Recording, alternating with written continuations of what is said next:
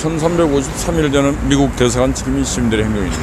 국민의힘당이 한동훈 비대위원장 체제로 이제 굳어질 것 같습니다. 어느 정도 확정이 된 것 같습니다. 어제 국민의힘당 고문단 회의에서 아니 지금 당장 전쟁을 해서 이겨야지 그 아껴놨다가 나중에 지면은 끝나는 일을 지금 당장 선투입을 하자. 그래서 그런 방향으로 결론이 난 것 같습니다.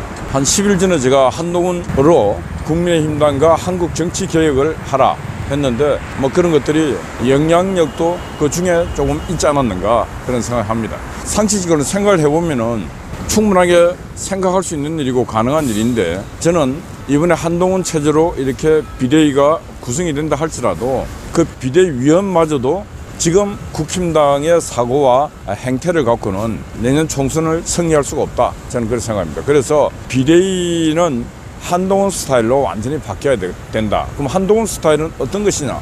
1번 신선하고 젊다.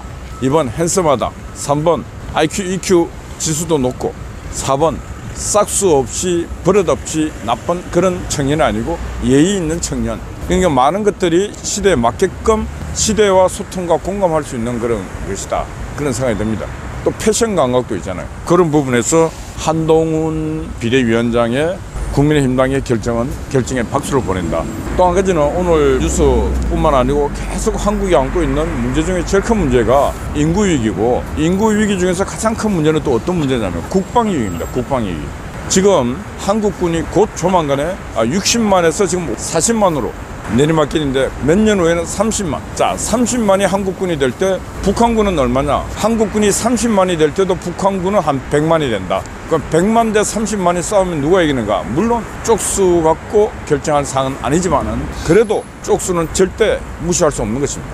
근데 그 쪽수에서 벌써 인구 부분에서 너무나 밀리고 있는 이 상황에 우리는 대비를 해야 되는데 한국은 그에 대한 대비가 전혀 안 돼 있고 대비할 생각도 없다. 누가? 바로 한국에 정치하는 인간들이 그렇게 하고 있다. 그래서 한국 내년 4월 총선에서 한국 정치판은 반드시 뒤집어져야 되고 그 뒤집어진 한국 정치판은 한국의 새로운 역사를 써야 된다. 한국의 각종 인구위기, 기후위기, 각종 위기로부터 한국을 구해낼 수 있는 그런 구원자들이 정치판에 들어가 있는다.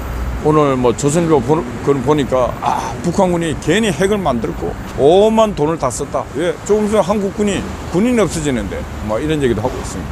그러면서 요즘에 한국 길거리에서 볼 수 없는 두 가지 풍경이 있다. 그게 하나는 군복 입은 청년들의 모습이고 하나는 임산부의 모습을 볼 수가 없다. 글을 쓰고 있는데 실제로 그렇습니다. 뭐 임산부 눈에 거의 안 보이고 군복 입은 청년들 거의 안 보입니다. 근데 저는 그래서 군복 입은 청년들이 왜 안 보이는가? 이 부분은 바로 민주화했던 인간들의 잘못이다. 주구장창 민주화만 얘기했지 국가와 민족을 위해서 헌신하고 목숨을 바친 그런 국군의 명예에 대해서는 아무 노력도 하지 않은 그리고 오히려 그 국군의 명예를 훼손시킨 바로 그들이 오늘날 이 군복이 사라지게 했는 자들이 바로 민주화했다고 하는 자들이 바로 그런 악역 역할을 했습니다.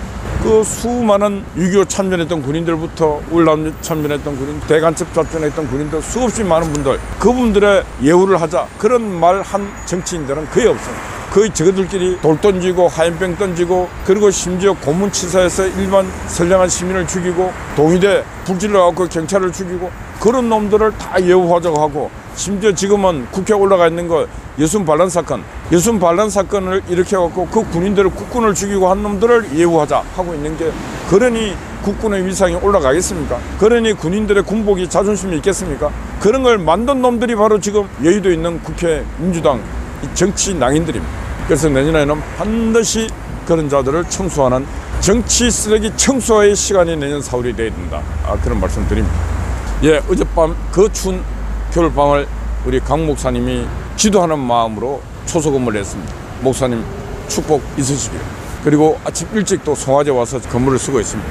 오늘 하루 또 근무하실 여러분에게 축복이 있으시길. 그리고 함께 하시는 미경님 신바님 여러분들도 축복이 있으시길. 여러분 감사합니다.